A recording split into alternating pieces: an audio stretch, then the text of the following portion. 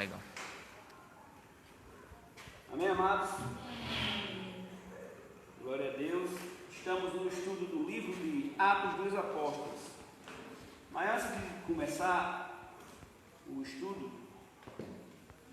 queremos agradecer a alguns amigos que estão nos acompanhando, pela transmissão do aplicativo do Facebook, certo? Queremos agradecer a Robert de Bom Jesus, que está nos acompanhando, Ele disse agora é cristão, apóstolo.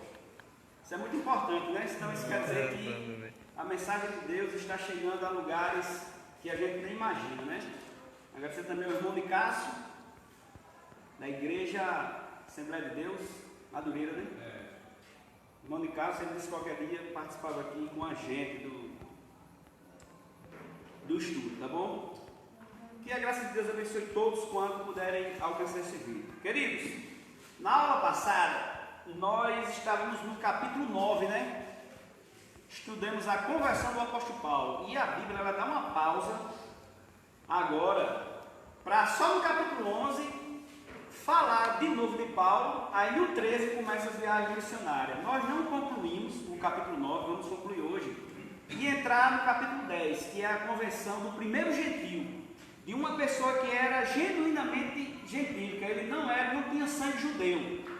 Um personagem bastante conhecido na Bíblia, conhecido como Cornélio, certo? Mas antes disso nós vamos ver o crescimento da igreja com Pedro, porque lá no capítulo 9 a Bíblia dá uma pausa e diz como estava a situação da igreja depois que Paulo foi embora para Tarso, No resumo nós vimos que Paulo, tentaram matar ele foi para Jerusalém, quando chega lá ele vê quem?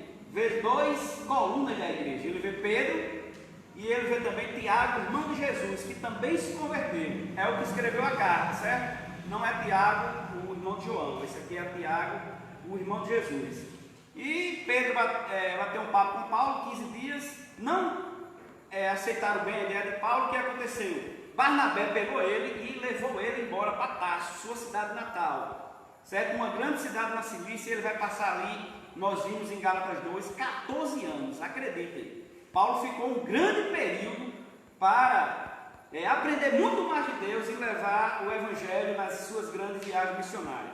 E isso é muito importante, queridos, porque o nosso ministério, por exemplo, o apóstolo, que é o líder da igreja, aceitou Jesus em 93. Porque muitas pessoas acham que a gente, Marquinhos, quando fundou essa igreja, foi em 2013. Quando eles fundaram o irmão Lenilson, eu vim depois. Mas não, a gente tem uma trajetória no Evangelho. Nós temos uma trajetória de ler Bíblia, de fazer pesquisa, de estudar. Isso não é de hoje, Em média, 25, 26 anos. Então, perceba que Paulo, mesmo tendo uma grande bagagem no judaísmo, ele precisou ainda estudar, porque ele estava entrando numa área nova. Era a área de quê? Do cristianismo. Então, ele, como ele mesmo disse que era um apóstolo, não ficava por baixo de nenhum deles, daqueles que andaram com Jesus. Ele não viu Jesus, Paulo não andou com Jesus fisicamente, ele viu no caminho de Damasco, E Paulo, ele mesmo disse que nunca era menor que nenhum deles, Paulo deixou isso bem claro. Mas ele precisou, queridos, se ausentar muito tempo. Então, o Evangelho, mesmo a gente tendo a graça de Deus, você tem que estudar a palavra de Deus, você tem que pesquisar, fazer estudos, Certo? Então vamos lá, capítulo 9, para voltar, nós paramos no versículo 30, deixa eu ver, 26, vamos lá, 26, vamos para pegar o fim da meada e prosseguir. Só para reprisar o que eu falei. E quando Saulo chegou a Jerusalém, procurava juntar seus discípulos, Mas o que eles faziam?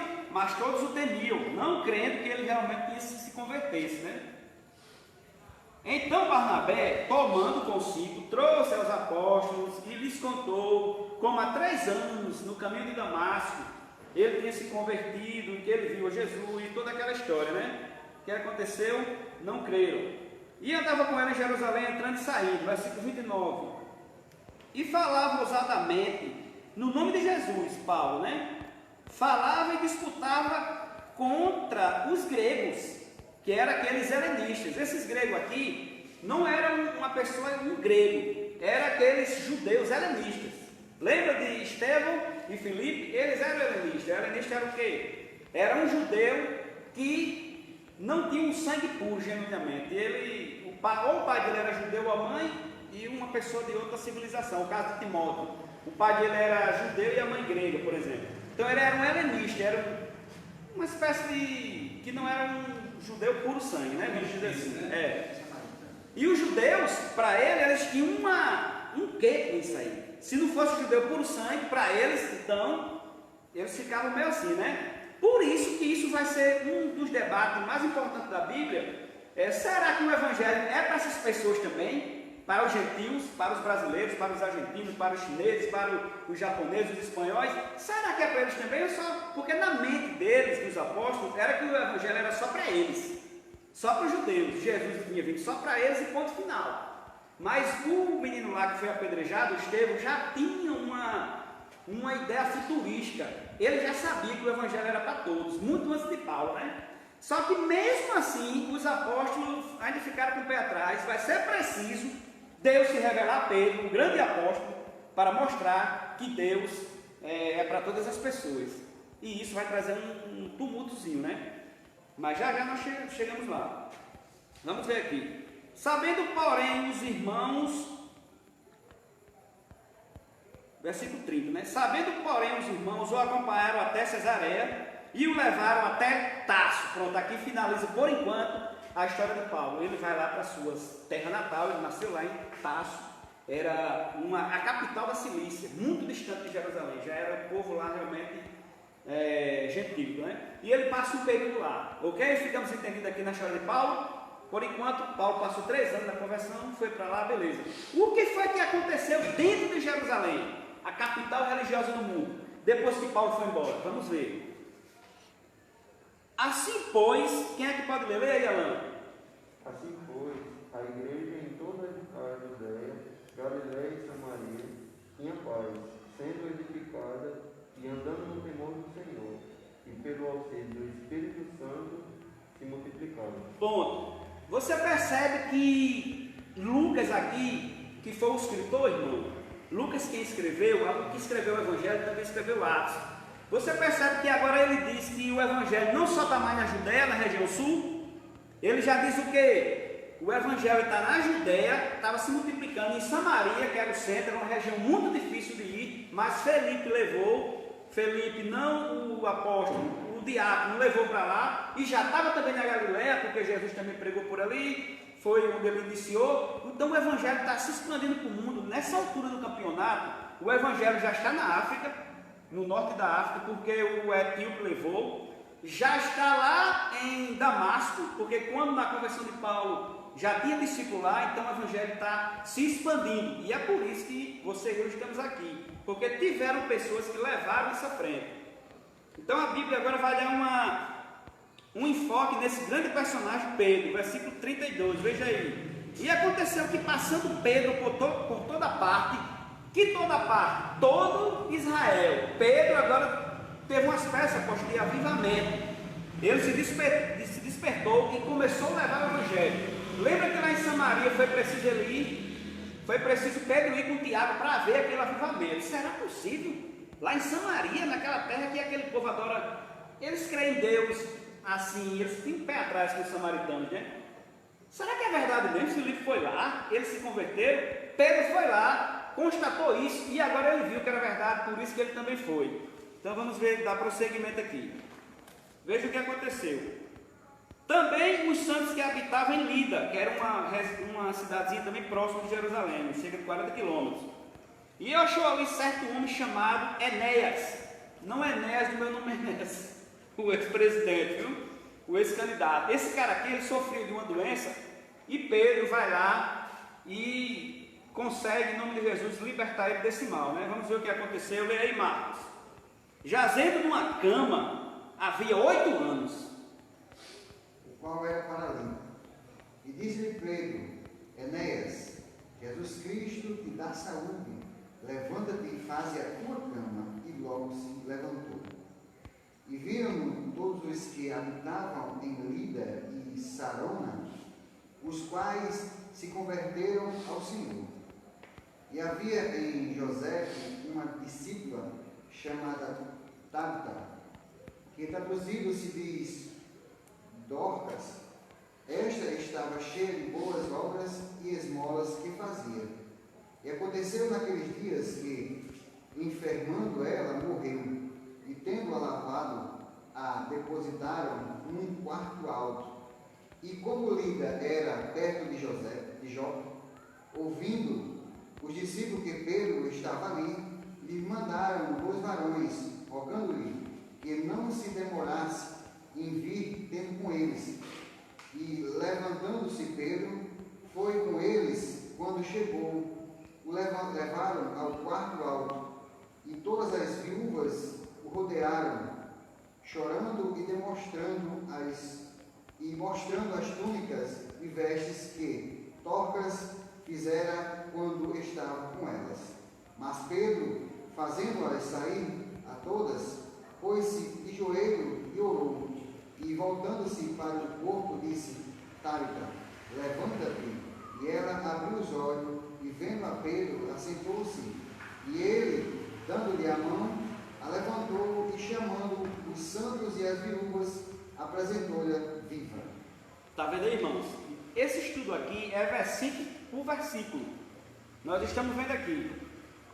O escritor agora, ele retoma a história com o apóstolo Pedro. É importante lembrar que os outros personagens também estavam fazendo milagres, eles estavam também pregando, certo? Quando a gente vê falar só em João, Pedro, Paulo, mas os outros personagens também, eles participavam desse evangelismo aqui, né? Quando a gente lê e só vê isso, acha que só quem fazia milagre era Pedro, era João. Nós vimos que 2 helenistas fizeram o que muitos não fizeram, por exemplo, o que Simão Zelote, que era um dos apóstolos originais, fez. A gente não vê mais falar nele.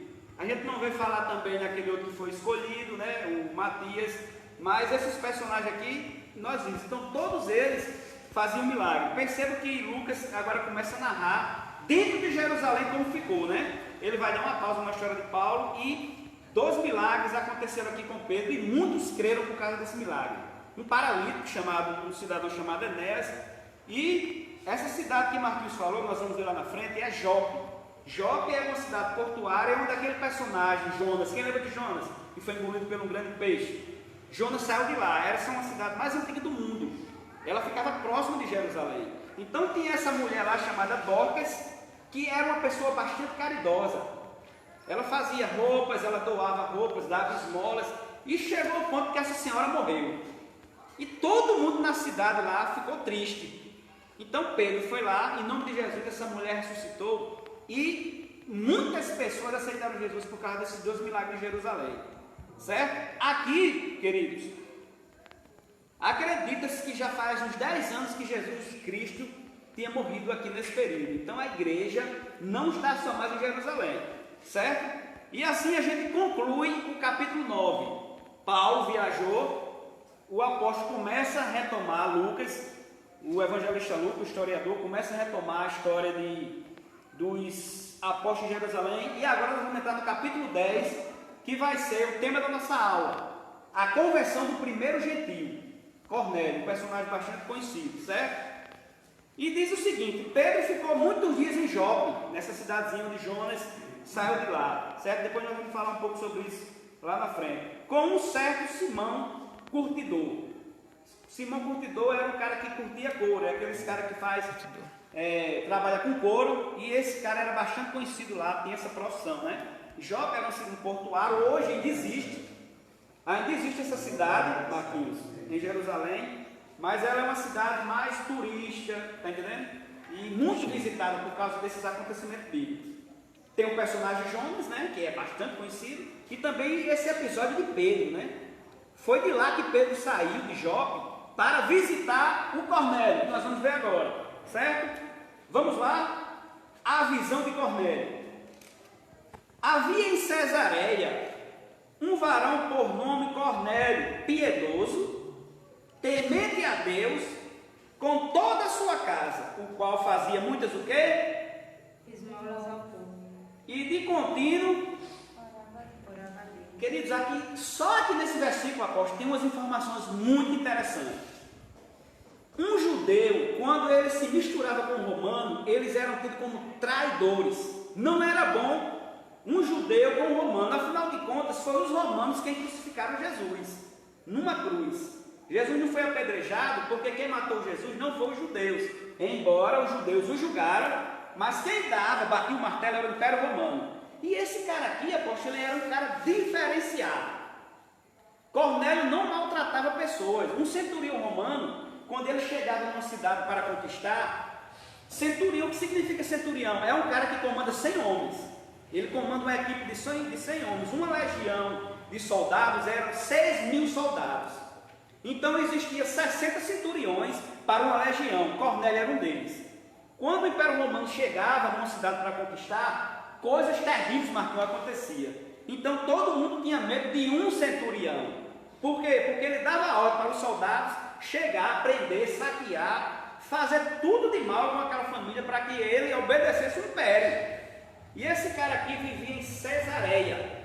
Essa Cesareia aqui não é a Cesareia de Filipe, a que Jesus falou. Veja aí, Mateus 16, 13. Só para a gente ver, porque existia duas Cesareias. Era uma lá em cima, depois da Galileia, e essa daqui ficava perto de Jope. Era uma cidade às margens do mar. Como Touros, outra cidade aí no litoral que as pessoas vão para veranear. Herodes o Grande quem construiu essa cidade para passar férias lá e tal. E foi lá onde Filipe foi, apóstolo, depois que pregou para o eunuco. O evangelho já estava em Cesareia. Olha, qual é a ideia que vocês fecham aqui? Que por causa de Filipe, Cornélio escutou o evangelho. Cornélio já era um temente a Deus. Leia aí o primeiro versículo de novo. Existia onde? Vamos ver. Atos 10, 1. Leia aí, Marcos. E havia em Cesareia um varão por nome Cornélio, centurião da corte, chamado Italiana, piedoso e temente a Deus com toda a sua casa, o qual fazia muitas execuções. Ponto. Valeu, Marquinhos. O que era uma pessoa temente a Deus naquele tempo? Era uma pessoa que ele não era judeu, porque todo judeu crê no Deus de Israel. Era um gentil, no caso ele era da Itália, lá de Roma, e como ele convivia no território palestino, ele ouviu falar de Deus e começou a temer esse Deus. É tanto que quando Pedro vai falar com ele, nós vamos ver qual a atitude dele. Ele se ajoelha diante de Pedro, apóstolo, porque ele acha que Pedro é um semideus. Ele vai se ajoelhar diante de Pedro, porque esse povo aí, ele tinha Deus para tudo. Os romanos tinham milhares de deuses. Ele tinha Deus para o sol, para a lua, para a terra, para o vento, para tudo, para a colheita. Por exemplo, Poseidon para ele era o Deus dos mares. Eros é o Deus do amor. Está entendendo? Então eles tinham deuses para tudo. Hades era o Deus do inferno. Eles acreditavam que Pedro era um semideus. E todo centurião era perverso. Todo romano era perverso, mas esse cara não. O que é que ele fazia para os pobres? Ele dava esmola. E além do mais, ele fazia mais coisas. O que é que ele fazia? Orava a Deus. Ele orava ao Deus de Israel, apóstolo. Mesmo assim, Pedro fica com o pé atrás. Será que eu vou visitar esse cara? Ele é um romano. Vão dizer que eu sou um covarde. Vão dizer que eu sou um traidor. Eu estou me juntando com um romano. Esses caras que crucificaram Jesus há 10 anos. E agora? A civilização judeia eles não concordavam com isso. E aí? O que fazer? Pedro vê a visão. É preciso Pedro ver a visão por 3 vezes. Ele não estava crendo. O que é que acontece? Enquanto Pedro está em Jope, curtindo lá a praia lá com Simão Curtidor, fazendo sandália de couro, o cara lá em Cesareia, 60 quilômetros, estava tendo a mesma visão. A visão estava aparecendo a Cornélio, da mesma forma, e estava aparecendo a Pedro. Aí ele vai ter uma ideia, o centurião tem uma ideia. Eu vou mandar chamar esse apóstolo de Jesus. Faz 10 anos que ele morreu. Será que eu preciso aceitar esse Deus? Vamos ver o que é que acontece. Quantos entenderam que Cornélio era um centurião diferenciado? Ele era um romano diferenciado. Ele foi o primeiro gentil a aceitar Jesus. E olha, era de Roma. Roma era o império da época. Foi o maior império existente até hoje. Nem mesmo o Império de Alexandre o Grande praticamente foi maior que o Império Romano. E ele era um centurião, comandava seus guardas, mas era diferenciado, ele temia a Deus. Temer a Deus era diferente de um prosélito, porque era um prosélito, era um gentio convertido ao judaísmo. Temente a Deus não, ele não era convertido, ele só temia o Deus de Israel. Ele era diferenciado, vamos ver. E na hora nona, 3 horas da tarde, foi a hora que Jesus morreu, viu claramente, numa visão, um anjo de Deus que se dirigia para ele e dizia: Cornélio. Quem consegue ler, Marcos? E este, fixando os olhos nele e muito atemorizado, disse: Que é, Senhor? E o anjo lhe disse: As tuas orações e as tuas esmolas têm subido para a memória diante de Deus. Agora, pois, envia homens a Jope e manda chamar a Simão, que tem por sobrenome Pedro. Este está com um certo Simão, curtidor, que tem a sua casa junto do mar. Ele te dirá o que deves fazer. Ponto, só para a gente refletir aqui. Quantos estão entendendo?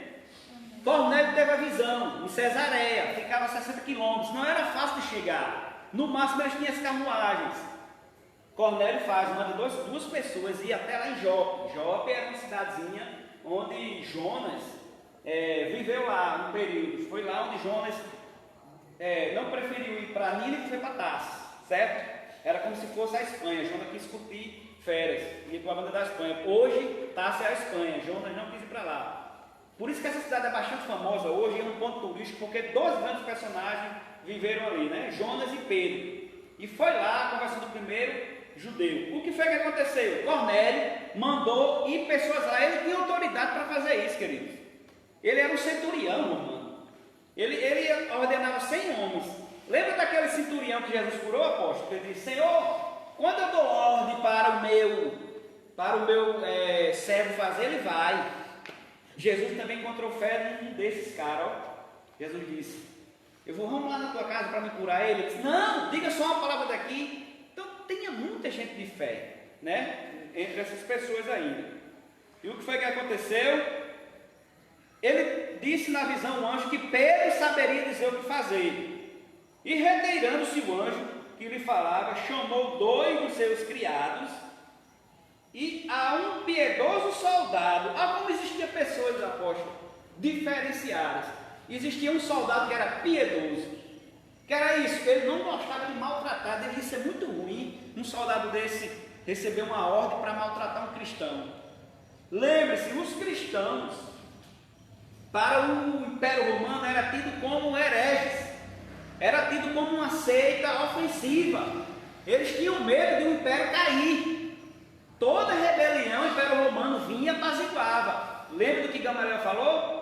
Levantou-se Teudas, o Império derrubou. Levantou-se Judas. Se esse pessoal aí for discípulo de Jesus e Jesus for filho de Deus, já era para vocês. Vocês não vão segurar esse povo. Onde é que o evangelho está chegando? Num italiano. Vamos lá. O cara era piedoso, dos que estavam ao seu serviço. Cornélio não foi besta, chamou 2 caras calmos, chamou 2 caras pacíficos, que sabiam conversar, para quando chegar lá, não manipular as ideias, a conversa. Vou chamar 2 caras que também é igual a mim. Queridos, pode acreditar, apóstolo, quem levou o evangelho para Samaria, porque Cesareia, se você for olhar no mapa, da próxima vez eu vou trazer para a gente ver, fechar a ideia bem no mapa, bem direitinho, as distâncias e onde é que ficava. Foi Filipe que levou o evangelho para Samaria. Cesareia ficava já no meio ali, entre Galiléia e Samaria, certo? E havendo-lhe contado tudo, enviou para onde? Jope. Mandou ir lá para onde Pedro estava. Continua, Marcos. E no dia seguinte, indo eles seu caminho e estando já perto da cidade, subiu Pedro ao terraço para orar, quase à hora sexta. Meio-dia. E tendo fome quis comer. E enquanto lhe preparavam, sobreveio-lhe um arrebatamento de sentidos. Pedro vai ter a mesma visão que quando ele teve, veja. E viu o céu aberto e que descia um vaso, como se fosse um grande lençol atado pelas 4 pontas, vindo para a terra. no qual havia de todos os animais, quadrúpedes, répteis da terra e aves do céu. E foi dirigida uma voz: levanta-te, Pedro, mata e come. Mas Pedro disse: de modo nenhum, Senhor, porque nunca comi coisa alguma comum e imunda. E pela segunda vez, lhe disse a voz: não faças tu comum ao que Deus purificou. E aconteceu isto por 3 vezes, e o vaso tornou a recolher-se no céu. E estando Pedro duvidando entre si... Pedro estava o quê? Duvidando. Pedro não estava acreditando que o Evangelho talvez fosse para as outras pessoas. E isso vai trazer discórdia dentro da igreja primitiva. Porque é o seguinte, queridos, os judeus eles tinham leis na dieta, eles não podiam comer todo tipo de animal. Eles guardavam noite de lua, eles tinham as festas religiosas, ele tinha o Pentecostes, ele tinha a Páscoa, eles tinham várias comemorações sagradas, era sagrado para eles, né? Então Pedro não estava acreditando. Veja só como a religião escraviza uma pessoa. O menino lá que foi apedrejado já sabia que Jesus não veio só para os judeus. Já se passaram 5 anos que Estevão foi apedrejado e esse cara ainda não abriu a mente que o evangelho é para todas as pessoas. Ele estava duvidando. Foi preciso a imagem de 3 vezes para ele. Ele não estava querendo aceitar isso. O que é que vai acontecer? Pedro vai. Os caras vão chegar na casa dele, vão dar um recado. Olha, o centurião que comanda 100 pessoas, ele é um romano. Não tenha medo, ele está te chamando para bater um papo com você. Pedro não vai só nem a pau, apóstolo. O que é que ele faz? Vai levar testemunhas. Para quando ele voltar para Jerusalém, não fui só não. O centurião me deu ordem, eu tinha que ir. Eu não fui me converter ao romanismo, não. Eu não fui trair vocês, não. Então, de uma certa forma, ele tinha sua razão, porque ele tinha medo também de morrer, né? Ele tinha medo de ser julgado pelo seu povo. Mas era o evangelho que estava em jogo, era o primeiro gentio. Vamos lá? Continua, Marcos. E estando Pedro duvidando entre si, acerca do que seria aquela visão que tinha visto, eis que os varões que foram enviados por Cornélio pararam à porta, perguntaram pela casa de Simão, e chamando-o perguntaram se Simão, que tinha por sobrenome Pedro, morava ali. E pensando Pedro naquela visão, disse-lhe o Espírito: eis que 3 varões te buscam, levanta-te, pois, e desce, e vai com eles, não duvidando, porque eu os enviei. Será possível que Pedro agora vai acreditar, queridos? O anjo de novo. Os caras estão vindo, não duvide. Vai falar com eles. Vamos lá. Vai, Marcos. Eis que e descendo Pedro para junto dos varões que lhe foram enviados por Cornélio, disse: sou eu a quem procurais. Qual é a causa por que estáis aqui? Por que vocês estão aqui? Quer dizer, na mente de Pedro, o Império Romano ia prender ele, porque ali o Império Romano ainda dominava. Nesse período aqui, se uma coisa que eu esqueci de explicar para vocês, por que era que a igreja teve paz lá em Jerusalém? Quando a gente vem aqui no versículo 31, diz assim, assim, pois, a igreja em toda a Judéia, Galiléia, Samaria tinham paz. Lembra que a gente leu isso? Por que tinham paz? Porque o Tibério tinha acabado de morrer e entrou outro imperador lá na Itália, em Roma, entrou Calígula. Era um cara muito perverso, ele passou 4 anos.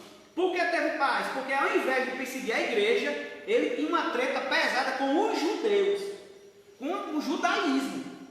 É preciso entender, o judaísmo é uma religião, o cristianismo é outra.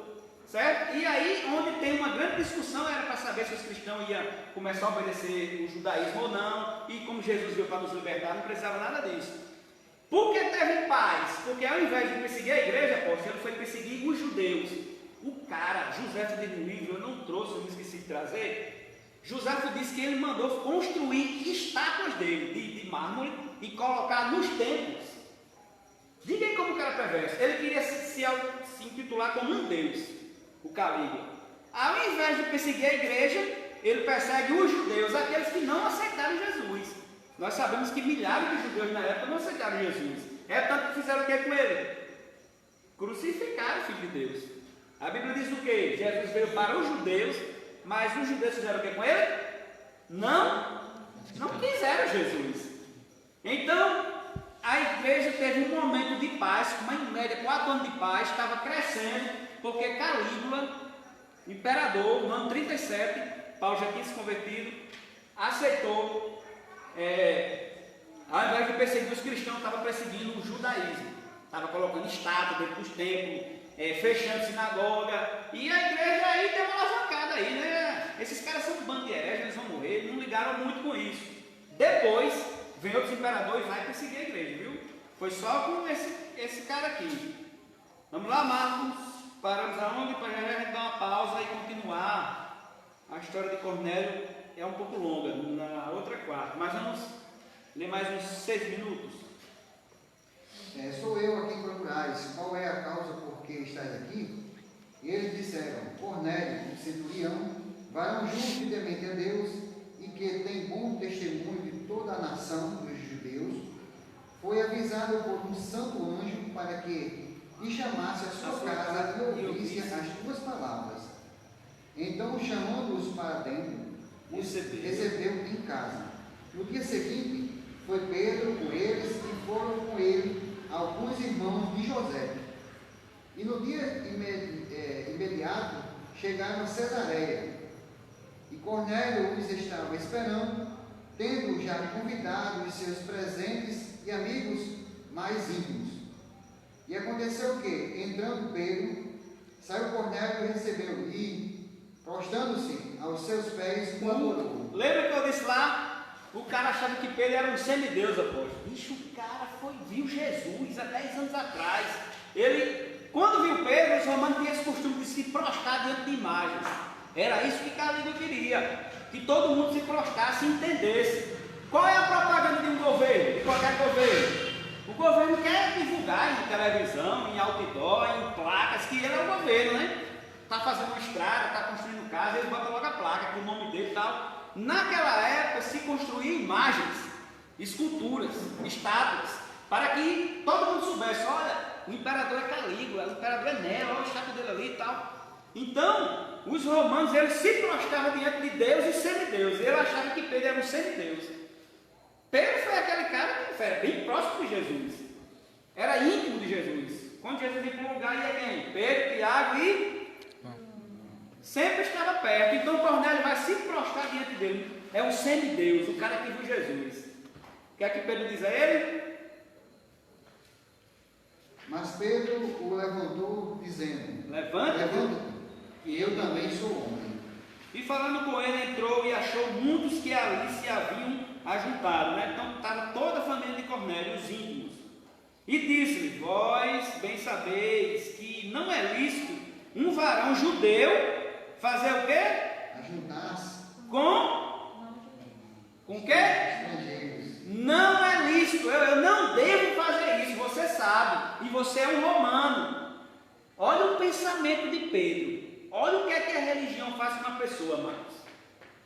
Será possível que um jovem que aceita Jesus, 18 anos, 19, 16 anos, que gosta de futebol, será que o pastor é certo proibir isso? O cara vai ficar traumatizado dentro da igreja. É muito melhor você deixar esse jovem bater a peladinha dele, jogar, do que você bloquear ele. A visão de Pedro, o cara andou com Jesus. O menino lá não tinha visto Jesus, não. O que foi apedrejado, o Estevão, ele não viu Jesus, mas ele entendeu que o evangelho é para todo mundo. Pedro, infelizmente, aqui, apóstolo, ainda estava com a cabeça fechada. Não é lícito eu vir aqui na sua casa, Cornélio, você é um romano. Foram vocês que matou Jesus. Inclusive, você estava lá por perto, comandando 100 homens para que a população não... Porque na época ela teve muito tumulto na crucificação de Jesus. Mas o Império Romano, para ele, era fichinha isso. Chamava Cornélio, 100 homens. 100 homens fazia aqui um cordão aqui humano, bloqueava a passagem. Mais outra ali, uma legião era 6.000 soldados, fortemente armados. Quantos estão entendendo como a religião faz com as pessoas? Pedro aqui vai entender a graça. Depois, nesse momento aqui, ele ainda está com a mente bloqueada. Ele não entendeu, ele achou que não era isso. Mas se ele já tinha aceitado Jesus, por que ele não foi lá? Ele levou testemunhas, ele estava com medo disso. Ele viu a imagem 3 vezes, foi preciso um anjo descer 3 vezes para que ele compreendesse que ele tinha que ir. Que esse evangelho não é só para lá, para os judeus, não é só para os prosélitos, não é só para os samaritanos, mas é para toda a raça humana. Certo? Vamos ver. Continua, Marquinhos. Ele diz que vós bem sabeis que não é lícito a um varão judeu ajuntar-se ou chegar-se a estrangeiros, mas Deus mostrou-me que a nenhum homem chame comum ou imundo, pelo que sendo chamado, vim sem contradizer. Pergunto, pois, por que razão mandaste chamar-me? E disse Cornélio: há 4 dias estava eu em jejum até esta hora, orando em minha casa à hora 9, e eis que diante de mim se apresentou um varão com vestes resplandecentes e disse: Cornélio, a tua oração foi ouvida e as tuas esmolas estão em memória diante de Deus. Pronto, nós vamos parar aqui, Marquinhos. Queridos, vamos só fechar aqui a ideia que eu falei tanto aqui de Jonas e com a relação de João e Pedro para a gente concluir sobre a posição de Cornélio. Olha só como a Bíblia é importante, poxa, eu estava analisando. Jonas e Pedro tiveram uma dúvida muito interessante. Como é incrível a palavra de Deus, né? Jonas viveu em média uns 700 anos para 800 antes dele, antes de Pedro. Já faz em média 2.800 anos que Jonas pisou na terra. Pedro, uns 2.000. Durante 8 séculos, Jonas teve a mesma dúvida que Pedro. Os dois estavam onde? Em Jope. Era uma cidade portuária. Lá saíam navios, embarcações com produtos alimentícios, com couro, com peixe. Era um portuário, uma cidade portuária. Ainda existe hoje. Era uma cidade mais turística. Está ligada a Tel Aviv, que é a capital comercial de Israel. Qual foi a mensagem de Deus para Jonas? Você tem que ir pregar para os ninivitas. Nínive é uma cidade lá da Síria. Um povo terrível. Um povo pagão que despedeceu. Inclusive foram eles que levaram o rei do norte cativo. O que é que Jonas faz? Fica com medo, pega um navio, vai para Tarsis, onde hoje é a Espanha. Era para ele ir lá para a Arábia, era para ir lá para o Iraque. O Nínive hoje era onde é o Iraque. O Jonas procurou ir para onde?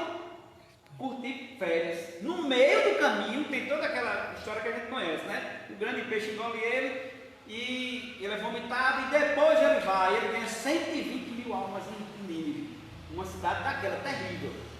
Hoje, na época, o apóstolo Pedro está em Jope também. Ele vai pregar para um gentil também. Quantos estão entendendo a relação? Não é incrível a palavra de Deus? Jonas foi pregar para os gentios em Nínive, e Pedro também foi pregar para a primeira família totalmente gentil. Lembrando que os gentios lá da Europa, dos outros da Macedônia, dos outros lugares, era muito pior que ele.